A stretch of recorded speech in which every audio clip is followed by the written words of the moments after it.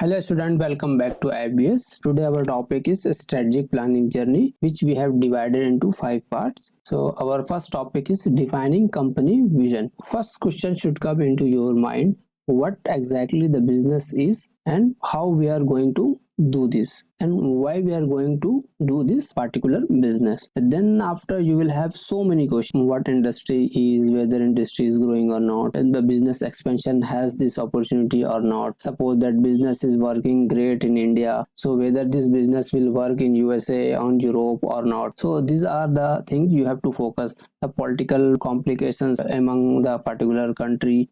Suppose you are going to take your business to South Africa, so will this will be feasible to there or not? Will they achieve that cultural point of view?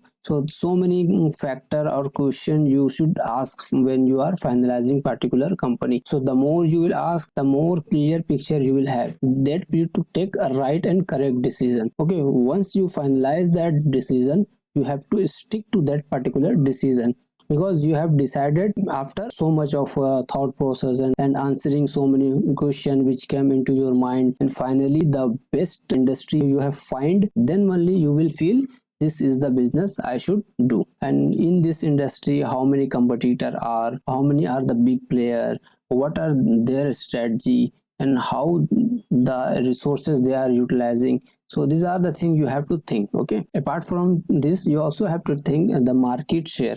Suppose you are working in particular industry, there is industry which has 1 trillion of this industry. Out of 1 trillion, suppose 300 billion is particular company has captured. Okay, 300 billion, and another company who has captured 500 billion. So these are the biggest industry, I would say. So remaining there are hundreds of company. Okay, they are capturing total 200 billion. So this is the total industry. Out of that, how much fund you have and resource you have, and what is your target revenue you are going to get. Suppose this is 1 trillion industry. Okay, suppose 5 year back, this is now they are in 1 trillion, and maybe before that it was under the 0.7 trillion. Okay, and 700 billion industry, and then it has grown to 1 trillion in 2024. In 2013, what is the expectation? Will it grow to 1.5 trillion? So if it is going to grow, so this company will also grow, right? This industry is being considered that this is growing industry, so if you step into this, you can also grow. So but the problem is there is big competitor. So big competitor have big resource. They may acquire many of the company from this emerging business they normally acquire. If you consider Alphabet or Google, they are keep on acquiring various different company like GitHub. They have acquired. Okay, similarly Google has acquired various different company, right? So they are keep on acquiring and then they are growing. So you have to consider all the point of view, and the country in which you are working is also growing or not, industry is growing or not, market share is growing or not. Okay, once you study about your business and all, then you have to study about your product, the product which you are giving, creating value for your customer or not. First question, will they be happy or not? And second, will this product is creating a change in society or not? These are the things you have to focus. Okay, then also you need to focus whether your product is unique or not, so whether it is creating positive impact to the society or your customer. Okay, at this point also you have to take care. Unique product you will define based on your target audience. Target audience in the sense the company and the product which you have, you only know that whether this product is like Apple mobile product or this is kind of Samsung. So if it is Apple kind of product, you can charge a premium price. Okay, premium price you will charge, and you have to focus on uniqueness. If your product is Samsung kind of, then you have to charge a average cost. Okay, because you are targeting to high audience. Okay, there it is low audience. So if it is high audience, they will mostly be going to pay you average amount. And also you need to focus on your product should be unique, also cost effective. Okay, cost should not be very high, cost should be average, and feature. product feature should also be very rich. No need to be a very unique or very specific or something like Apple, but your product should be enough unique enough, or feature should be good and quality should be good, and the price should also be optimum so that average people can purchase. Your target audience will help you to decide your pricing strategy, what kind of pricing strategy you are going to charge. So it depends on your product and your pricing. Based on your product, based on your own mindset, what exactly product you are going to create, based on that you can target. There is so many 4C we will discuss later, in which we will discuss cost focus, cost efficiency, okay, cost differentiation. Then after we will discuss area wise focus, and then geographically we will focus worldwide if we are going to focus. So all different circumstances and think which impact to your product. I mean, you will have to define your business, what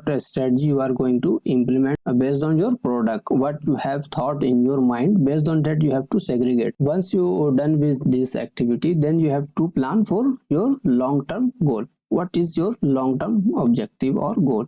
So accordingly you have to make your financial plan, okay, or we can say strategic financial plan. Okay, strategic financial plan you have to make according to your long-term goal. Then you have to focus your business has capability to change according to the trend. Like for example, even we take example of mobile. Okay, before mobile I've been taking example of Nokia or Kotak. So okay, Nokia or Kotak, they have not invested into their R&D, okay, or they have not changed their self based on the trend. Market has been evolved and market has been changed, but you are still doing the same activity. Then what will happen? You will go down. So you have to focus this also, whether you have resources or not, whether you have capability or not, whether you are thinking this point or not, because you need to think first of all. Then only you can think and plan for your resource and capability and employ and set up R&D team, so that you will be keep on aligning with the changing trend and dynamic, because today's world are dynamic and keep on changing, keep on evolving. So there are many small company, I would say startup, they start with something else, and finally they found their product something else.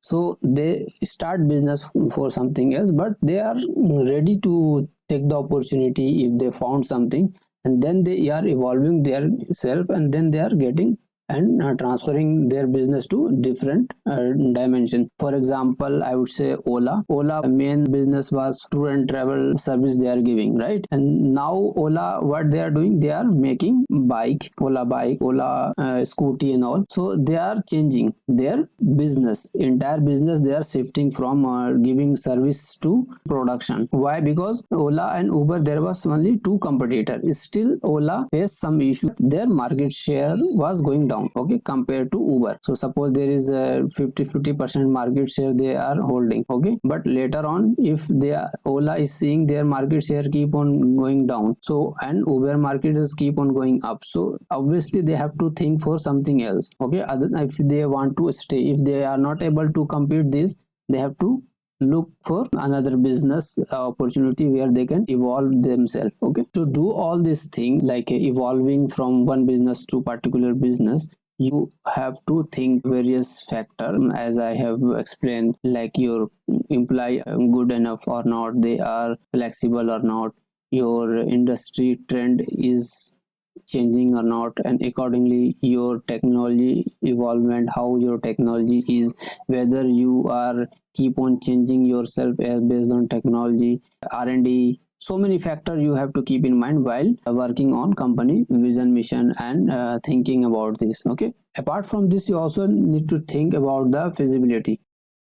Feasibility point is resource, okay. You have that much resource to evolve like Ola, can you able to do it or not? You have to think, okay. So basically your vision should be realistic, okay. And realistic budget, for making such kind of realistic budget, you have to think various factor, what all I have discussed before, okay. If it is not realistic or not feasible, then it is no point of creating such a company which is not feasible or which is not going to work, right? Then also you need to focus on communication. So whatever vision mission you have made, and accordingly you have made your financial plan or budget. So those plans you have to keep on informing to all your team member that much information. You don't need to give all the information to all the employee. No, it is not mandatory. You need to give only the information which that particular employee or manager need.